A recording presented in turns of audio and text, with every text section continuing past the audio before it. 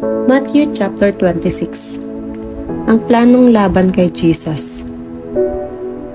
Verse 1. Nang matapos ituro ni Jesus ang lahat ng mga ito, sinabi niya sa mga disciples niya.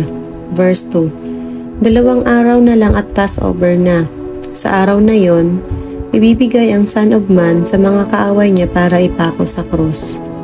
Verse 3. Nagmeeting ang mga chief priests at mga Jewish leaders sa palasyo ng high priest na si Caiaphas. Nagplano sila kung paano sikretong huhulihin si Jesus para patayin. Verse 5. Pero naisip nila, huwag nating gawin sa piyesta, baka magkagulo ang mga tao. Ang pag-anoint kay Jesus sa Bethany. Verse 6. Noon, sa bahay ni Jesus, sa bahay ni Simon na dating may ketong. Verse 7. Habang kumakain si Jesus, lumapit sa kanya ang isang babae na may dalang sobrang mahal na pabango. Nakalagay ito sa isang alabaster na lalagyan. Maingat niyang ibinuhos ang pabango sa ulo ni Jesus habang nakaupo siya. Verse 8. Nagalit ang mga disciples nung nakita nila ito. Ano ba yan? Bakit sinayang ang pabango? Tanong nila. Verse 9. Dapat binenta niya na lang to sa mataas na presyo. Tapos pinamigay ang pera sa mga mahihirap. Verse 10. Alam ni Jesus kung ano ang iniisip ng mga disciples, kaya sinabi niya sa kanila, huwag niyo siyang pakialaman. Mabuti ang ginawa niya sa akin. Verse 11. Lagi niyong kasama ang mga mahihirap, pero ako hindi. Verse 12. Binuhusan niya ng pabango ang katawan ko, para ihanda ako sa aking libing. Verse 13. Sinasabi ko sa inyo, kahit saan i-preach ang magandang balita sa mundo, ikukwento ang ginawa sa akin ng babaeng ito para maalala siya. Tinraidor ni Judas si Jesus. Verse 14. Pumunta sa mga chief priests si Judas Iscariot na isa sa mga 12 disciples. Verse 15, tanong niya, ano po ang ibibigay niyo sa akin kung tutulungan ko kayong hulihin si Jesus? Binayaran nila si Judas ng 30 silver coins. Verse 16, at mula noon, humanap na si Judas ng magandang chance para ipahuli si Jesus. Paghahanda sa piyesta ng Passover.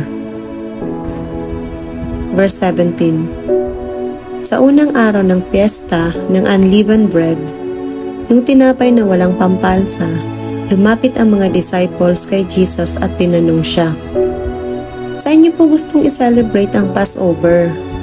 Saan po kami maghahanda ng meal para sa inyo? Verse 18, sumagot si Jesus, puntahan niyo sa bayan ang isang tao at sabihin niyo sa kanya, pinapasabi ng teacher, dumating na ang oras ko. Kakain ako at ang mga disciples ko ng Passover meal sa bahay mo. Verse 19. Sinunod ng mga disciples kung ano ang inutos sa kanila ni Jesus at hinanda nila ang Passover meal. Verse 20. Nung gabing yun, naghapunan doon si Jesus kasama ang 12 disciples niya. Verse 21. Habang kumakain, sinabi ni Jesus, sinasabi ko sa inyo, tatraidorin ako ng isa sa inyo. Verse 22. Sobrang nalungkot ang mga disciples at isa-isa silang nagtanong, Lord, ako po ba? Verse 23. Sumagot si Jesus, yung kasabay kong magsasawsaw ng tinapay sa bowl ang tatraidor sa akin.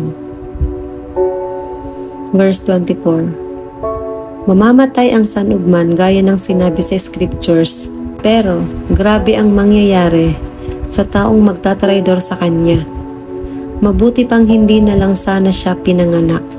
Verse 25. Tinanong siya ni Judas, yung taong magtatraidor sa kanya, Teacher, ako po ba? Sumagot si Jesus, ikaw ang nagsabi niyan. Ang Lord's Supper. Verse 26. Habang kumakain sila, kumuha si Jesus ng tinapay at nagpasalamat sa Diyos. Hinati-hati niya ito at saka ibinigay sa mga disciples. "Kunin niyo at kainin," sabi niya. "Ito ang katawan ko." Verse 27. Tapos, kinuha niya ang baso ng alak, nagpasalamat siya sa Diyos at binigay ito sa kanila. "Kayong lahat, inumin niyo to," sabi niya. Verse 28. "Ito ang dugo ko na nagpapatunay na totoo ang pangako ng Diyos sa inyo. Binuhos ang dugo ko para patawarin ang kasalanan ng marami." Verse 29. "Sinasabi ko sa inyo, hindi ako iinom ulit ng alak na to hanggang dumating yung araw na iinom ako ng bagong alak kasama nyo sa kaharian ng Ama ko." Verse 30. Kumanta sila ng isang hymn, tapos pumunta sila sa Mount of Olives. Sinabi ni Jesus na i-deny siya ni Peter. Verse 31. Sinabi ni Jesus sa mga disciples niya, "Ngayong gabi, tatakas kayong lahat at iiwanan niyo ako. Gaya ng nakasulat sa scriptures, papatayin ng Diyos ang shepherd at magkakawatak-watak ang mga tupa." Verse 32. "Pero after na buhayin ako muli, mauuna ako sa inyo sa Galilee." Verse 33. Sumagot si Peter, "Hindi ko po kayo iiwan kahit iwanan pa kayo ng lahat." Verse 34. Sabi ni Jesus, "Tandaan mo, bago tumilaok ang manok ngayong gabi, 3 beses mong i-deny na kilala mo ako." Verse 35. Pero sinabi ni Peter, "Never ko po kayong i-deny kahit kasama niyo pa akong mamatay." Ganon din ang sinabi ng lahat ng mga disciples.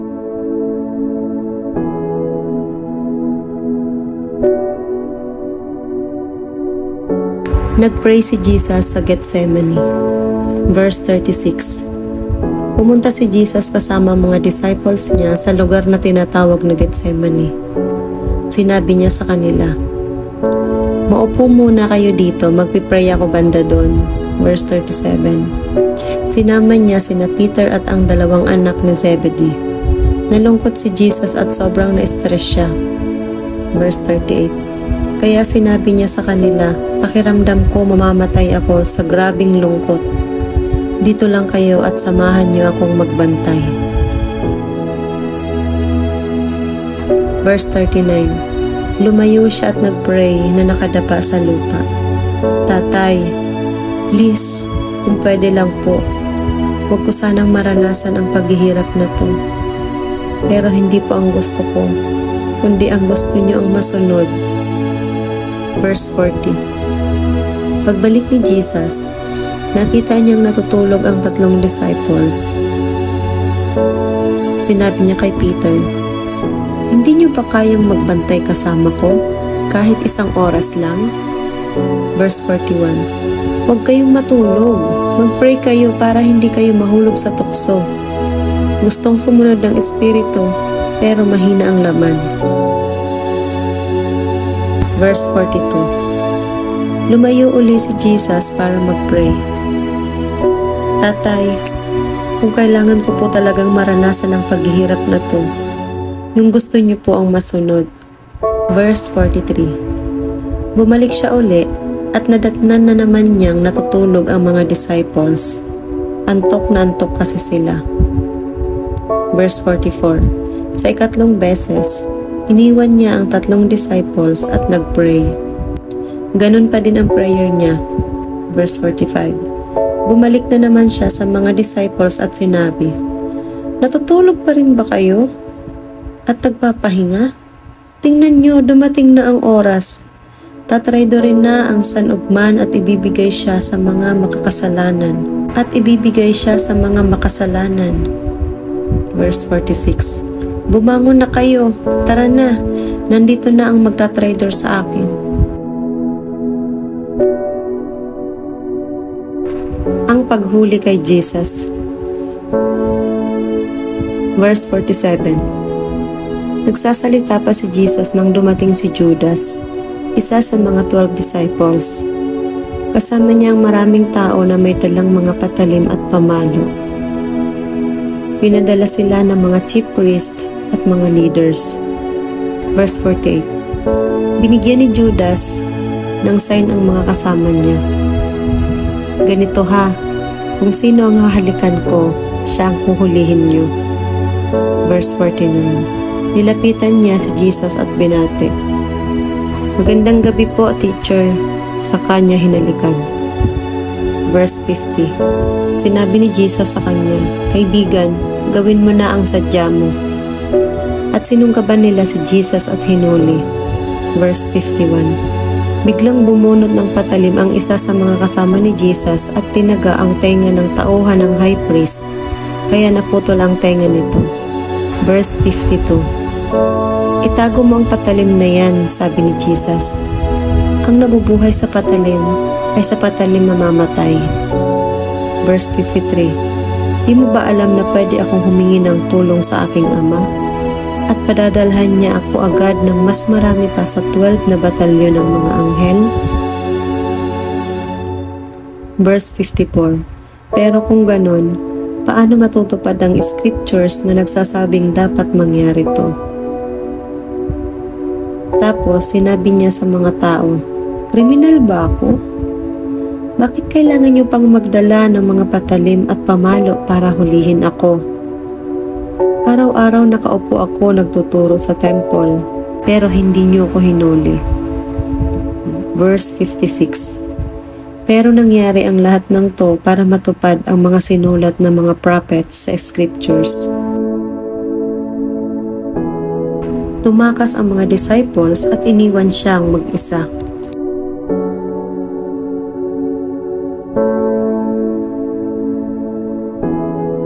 Si Jesus sa harap ng high priest. Verse 57. Dinala si Jesus ng mga humuli sa kanya sa bahay ng high priest na si Caiaphas. Nagsama-sama doon ang mga teachers ng law at mga leader. Verse 58. Sumunod si Peter sa dikalayuan. Nang makarating sila sa bahay ng high priest, pumasok din siya sa bakuran at umupo siyang kasama ng mga nagbabantay. Gusto niyang malaman kung anong mangyayari. Verse 59. Naghahanap ang mga chief priest at ang buong Jewish council ng mga maling bintang laban kay Jesus para maipapatay siya. Verse 60. Pero wala silang nakita kahit na maraming sinungaling na saksi ang tumistigo laban kay Jesus. Pero finally, 2 lalaki ang tumistigo. Verse 61. At nagsabi, sinabi ng taong ito na kaya daw niyang gibain ang temple ng Diyos at itayo uli ito sa loob ng 3 araw. Verse 62. Tumayo ang high priest at sinabi kay Jesus, wala ka bang isasagot sa binibintang sayo? Verse 63. Pero nanahimik lang si Jesus, kaya sinabi sa kanya ng high priest, inuutusan kita sa ngalan ng Diyos na buhay. Sabihin mo sa amin kung ikaw nga ang Christ, ang anak ng Diyos. Verse 64, sumagot si Jesus, kayo na ang nagsabi, at sinasabi ko sa inyo mula ngayon, makikita niyo ang Son of Man na nakaupo sa kanan ng makapangyarihang Diyos at dumadating na nasa mga ulap ng langit. Verse 65, pagkarinig nito, pinunit ng high priest ang damit niya at sinabi, binastos niya ang Diyos. Hindi na natin kailangan pa ng mga witness. Narinig niyo ngayon ang pambabastos niya sa Diyos. Verse 66, ano ang hatol niyo? Sumagot sila, dapat siyang mamatay. Verse 67, dinuraan nila si Jesus sa mukha at pinagsusuntok. Sinampal naman siya ng iba. Verse 68, at sabi pa nila, di ba ikaw ang Christ? Hulaan mo nga kung sino ang sumampal sa'yo.